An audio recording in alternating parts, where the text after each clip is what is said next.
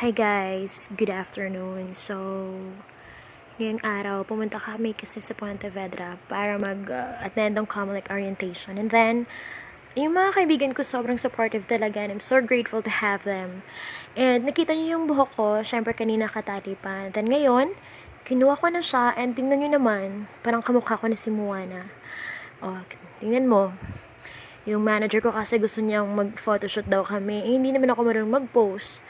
So, yung ginawa niya, inaas niya yung buhok ko, kinuha niya yung tali, and then nilagyan niya ako ng something dun sa hair ko.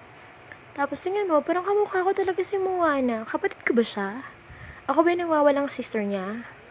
So, tingnan mo, kanina pa ako tingin ng tingin sa pagkain kasi gutom na ako. Pero syempre, ito naman yung photographer namin, sobrang excited.